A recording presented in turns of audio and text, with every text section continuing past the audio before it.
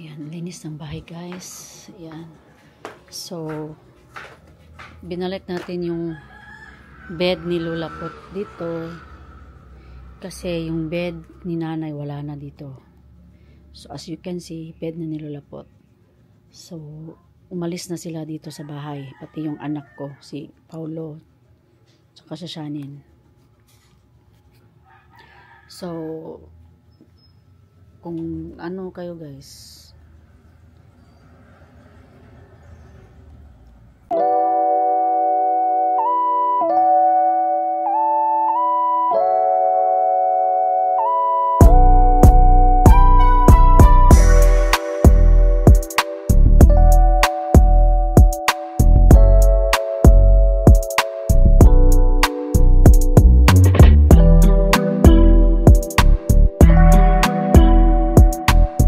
guys, happy Friday, another day and another vlog life, new vlog life. So dito tayo sa bahay, so nalinisan natin yan, and then yung bed ni Lola Pot tinagay ko na siya dito. So kita nyo yan. Yan, tapos yan. So, muna siya guys, munang bed ni mama, nilagay ko na dyan. Kasi yung bed ni nanay, wala na po dito. So, baka magtataka kayo, wala na po siya dito, umalis na. I mean, nag-transfer na sila ng bahay kasama si Paulo tsaka si Shannon. So, as you can see, mas maluwag na po yung bahay natin.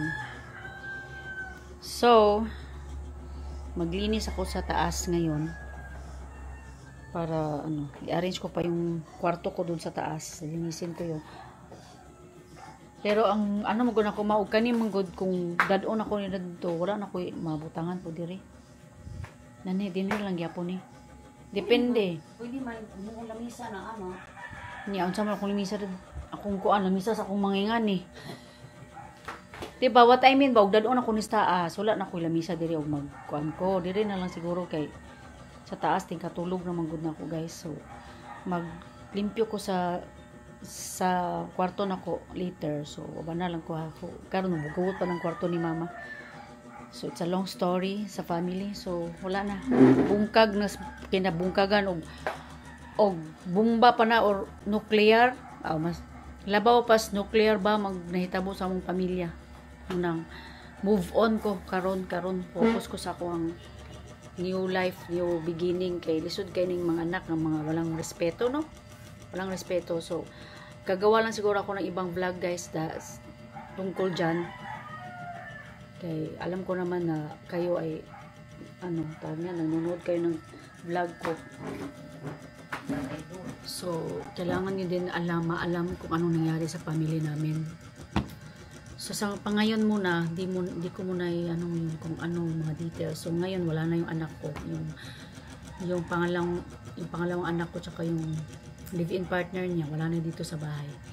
So umalis na sila, nagkod sila sa ibang